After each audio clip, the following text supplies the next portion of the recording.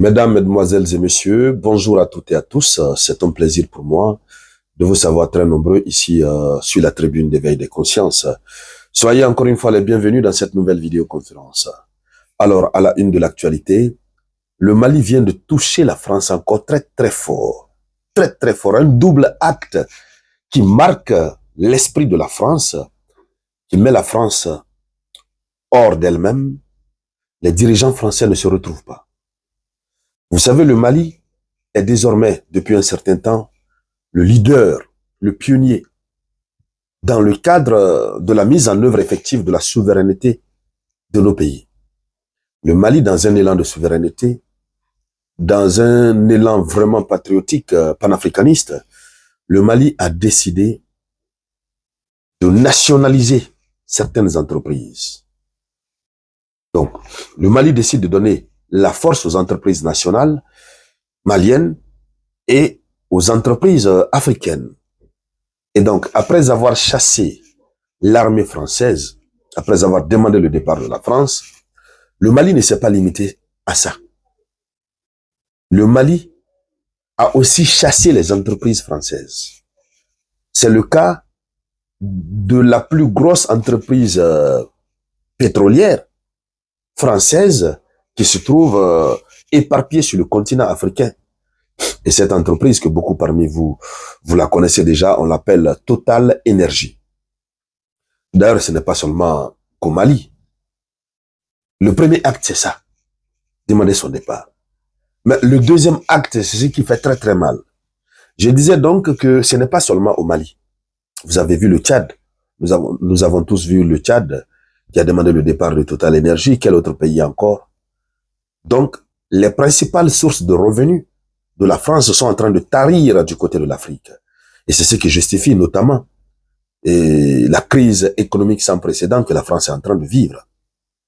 Alors, le Mali demande le départ de Total Energy et le Mali remplace Total Energy par une autre entreprise malienne nationale, Maranatha. Voici le deuxième acte qui fait très très mal à la France, mais qui se trouve être une très bonne nouvelle pour l'Afrique des souverainetés. C'est une excellente et merveilleuse nouvelle, voilà, pour l'Afrique des souverainetés. C'est un exemple, c'est un modèle. Mais comment tout cela se passe? Le Mali a décidé de collaborer avec des entreprises africaines, puisque lorsqu'on parle de l'Union africaine, l'unité de l'Afrique, il faut se donner les mains. Quelles que soient les divergences politiques, mais sur le plan économique, il faut se donner les mains. Alors, comment tout cela se passe? Dans le cadre de cette vidéoconférence, c'est bien sûr de cela que nous allons parler. Mais avant de continuer, merci de vous abonner, merci de partager la vidéoconférence, partagez-la au maximum dans tous les groupes, que ce soit WhatsApp, Telegram, Messenger, un peu partout. Allons-y dans les profondeurs, chères dames, chers messieurs. Je vous souhaite à toutes et à tous, où que vous soyez, un excellent week-end. C'est le samedi. Régalez-vous, mettez-vous à l'aise, mais surtout, soyez très prudents. C'est de cela qu'il s'agit. Alors, Total Energy, la société française, qui s'est fait beaucoup d'argent sur le dos du contribuable malien, quitte. Ça, c'est un premier fait. Le deuxième fait très marquant, c'est qu'il est remplacé par Koli Energy Mali. Maranatha. Koli Energy Mali. C'est-à-dire, on dit à la France de partir, la France part, on donne sa société à une société malienne. L'État malien crée sa propre société pour gérer les stations que Total Energy gérait. Ce qui veut dire quoi? C'est une manière probante de démontrer à la face de la France et du monde que nous sommes capables. Les démontrer que nous sommes capables. C'est de cela qu'il s'agit. Alors, nous sommes capables lorsque nous avons la possibilité de décider de nous-mêmes, de notre propre sort. Nous sommes capables lorsque nous nous organisons nous-mêmes sans immixtion de quelque puissance que ce soit. Voici le message que la France envoie. Alors, Koli Energy Mali est en partenariat avec Benin Petro SA, une société béninoise. Je le disais à l'entame, même si les États de l'AES ont quelques problèmes politiques avec les autorités béninoises, mais sur le plan économique, l'unité reste là. Et voilà, c'est le cas du Niger et du Bénin. Malgré les tensions politiques, mais les pipelines continuent de travailler, de faire circuler le pétrole. Alors, Koli Énergie Mali, en partenariat avec Benin Petro, a acquis la filiale Total Énergie, présente au Mali depuis 1976. Imaginez, elle est présente au Mali. Total Énergie est présente au Mali depuis 1976. 2025, c'est leur fin, leur départ définitif. Essayez de faire un petit calcul. Vous verrez combien est-ce qu'ils ont gagné. Nous parlons du pétrole, hein. Nous parlons du pétrole. Et vous savez combien de fois il y a de l'argent dans le pétrole. Donc, combien de fois la France s'est enrichie. Et aujourd'hui, ce cordon ombilical est coupé. C'est-à-dire les dirigeants de l'AES sont dans une logique de vouloir vraiment couper toutes les sources qui approvisionnaient la France en argent. Et que ces montants-là soient reversés dans les caisses de l'État, des États du Sahel, dans les caisses des États africains. Est-ce que nous avons déjà vu des États africains envoyer leur société et installer chez eux en Europe? Donnez-moi un exemple, je veux savoir. Est-ce qu'il y a déjà une société de pétrole qui est installée quelque part en Europe au nom d'un État africain? Bon, le monde est vaste. Peut-être je ne connais pas.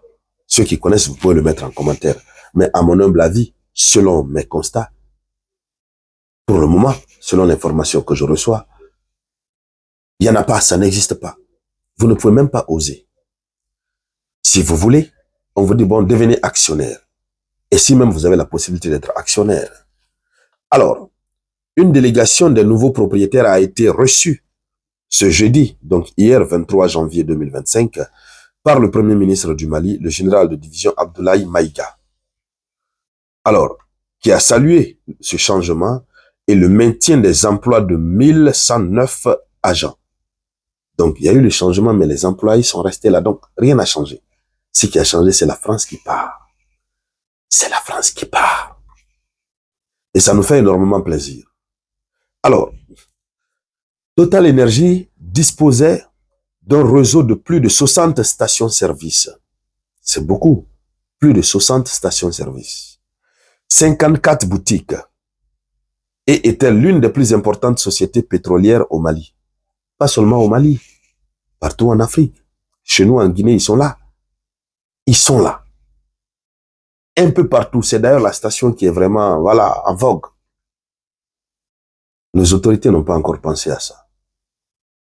Mais le jour où je serai au pouvoir, je vais signer ce décret.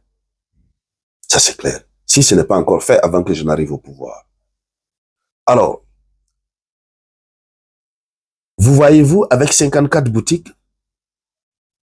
60 stations de service, imaginez combien de milliards de dollars la France se faisait. Et donc, c'est une très bonne nouvelle. C'est ça l'Afrique des souverainetés. Nationalisons les entreprises. Demandons aux étrangers de partir. Pourquoi Donald Trump est venu? Il demande aux étrangers de partir. Pourquoi? Alors nous aussi demandons-leur de partir. Voilà. On nationalise nos entreprises. Ils peuvent rester physiquement. Certains étrangers qui ne nous dérangent pas, ils peuvent rester physiquement. Ceux qui nous dérangent, qu'ils partent. Maintenant, ceux qui ne nous dérangent pas, ils restent physiquement, mais l'ensemble des entreprises qu'ils gèrent, on les récupère.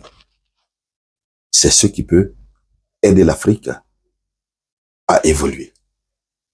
Et donc, mesdames, mesdemoiselles et messieurs, je ne vais pas vous tenir longtemps en haleine. Voici ce qu'il avait à dire. Merci donc de partager la vidéoconférence au maximum. Je vous reviens tout à l'heure avec de nouvelles actualités. C'était la voix de votre unique samouraï.